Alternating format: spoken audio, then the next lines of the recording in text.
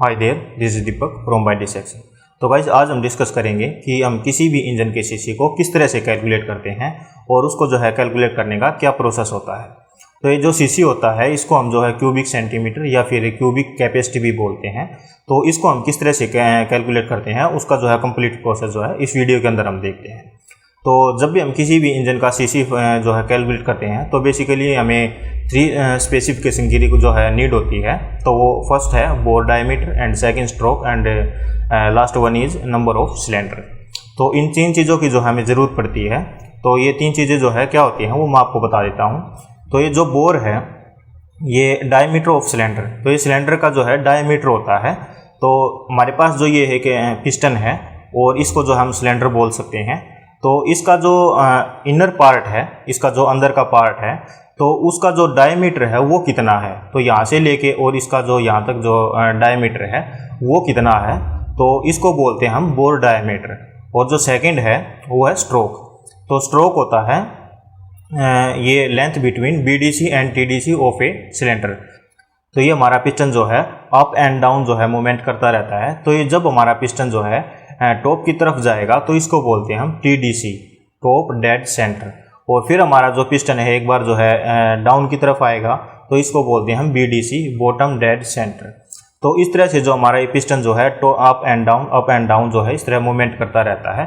तो इसको बोलते हैं हम स्ट्रोक। तो एक बार जो है अप की तरफ जाएगा, एक बार डाउन की तरफ जाएगा, तो जो ये मूवमेंट कर रहा है इसको जो हम स्ट्रोक बोलते हैं। और जब हम सीसी को कैलकुलेट करते हैं तो इस स्ट्रोक की हमें लेंथ पता करनी होती है कि इसकी जो लेंथ है वो कितनी है। तो इसको हम हाइट ऑफ सिलेंडर भी बोल सकते हैं कि जो सिलेंडर की हाइट है वो कितनी है। तो ये 2 चीज़ें तो क्लियर हो गई कि वो जो बोर है उसका डायमीटर कितना है और स्ट्रोक है उसकी लेंथ कितनी है। फिर नेक्स्ट है नंबर ऑफ सिलेंडर, कि इस के अंदर जो है कितने सिलेंडर लगे हुए हैं। तो इन 3 चीज़ों की हमें ज़रूरत होती है, बोर डायमीटर, स्ट्रोक लेंथ और नंबर ऑफ सिलेंडर। तो यहाँ पर जो ये बोर डायमीटर और स्ट्रोक लेंथ है ये आपको जो है किस तरह से फाइंड करनी है।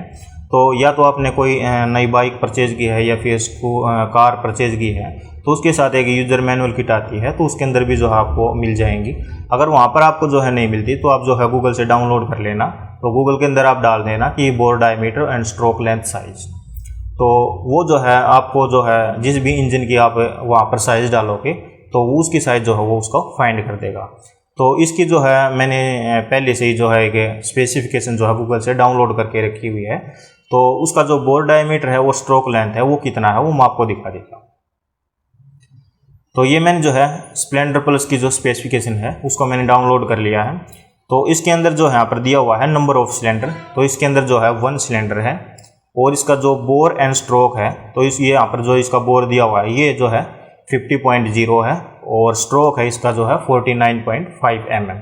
तो कोई भी जो स्मॉल चीज़ होती है उसको जो हम mm में मेज़र करते हैं।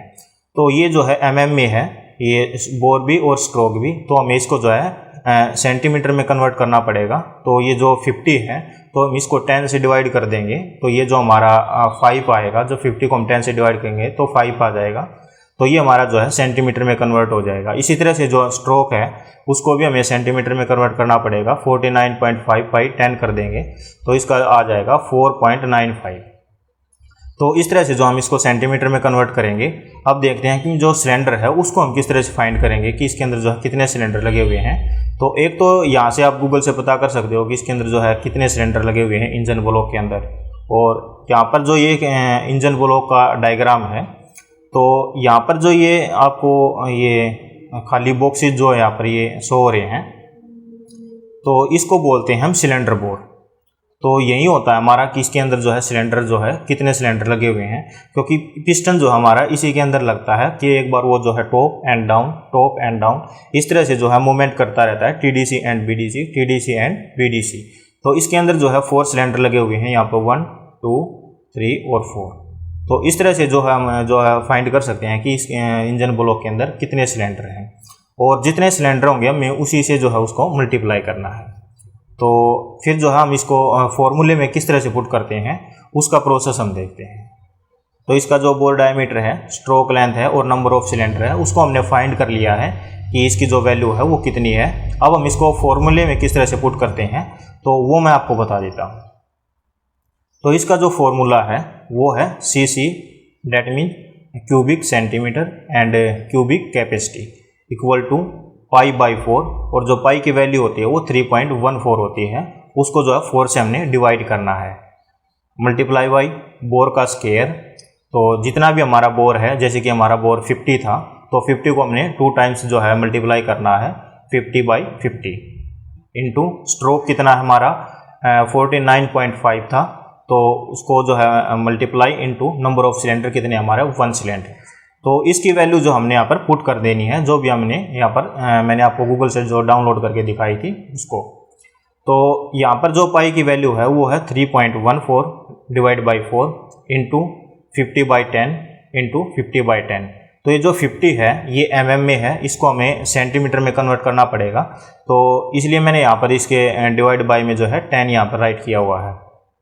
तो इसकी जो वैल्यू है वो 5 आ जाएगी। तो एक बार जब हम इसको 50 को जो है 10 से डिवाइड कर देंगे तो इसका जो 5 आएगा वो सेंटीमीटर में आ जाएगा। तो 5/5 जो हमने इसको मल्टीप्लाई करना है।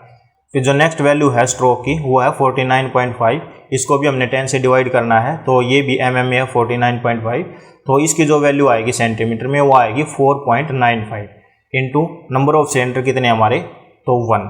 तो अब हम इसको जो है कैलकुलेट करते हैं। तो जो पाई की वैल्यू है 3.14 डिवाइड बाई 4, तो जब हम इस 3.14 को डिवाइड करेंगे तो इसकी जो वैल्यू है वो आएगी 0.785 इंटू यहाँ पर जो 50/10 था, तो इस यहाँ पर बोर का स्क्वायर है तो हमने इसको 2 टाइम जो है मल्टीप्लाई करना है 5 × 5 इंटू अब इसका जो 4.95 इसकी जो वैल्यू आई थी स्ट्रोक की, उसको हमने यहाँ पर पुट करना है 4.95 इंटू 1। तो इसका जो एक्चुअल सीसी है वो आएगा 97.1। तो इस तरह से जो हम किसी भी इंजन के सीसी को कैलकुलेट कर सकते हैं, और यही प्रोसेस होता है इसे किसी भी इंजन के सीसी को कैलकुलेट करने का। तो इस वीडियो में सिर्फ इतना ही। Thanks for watching.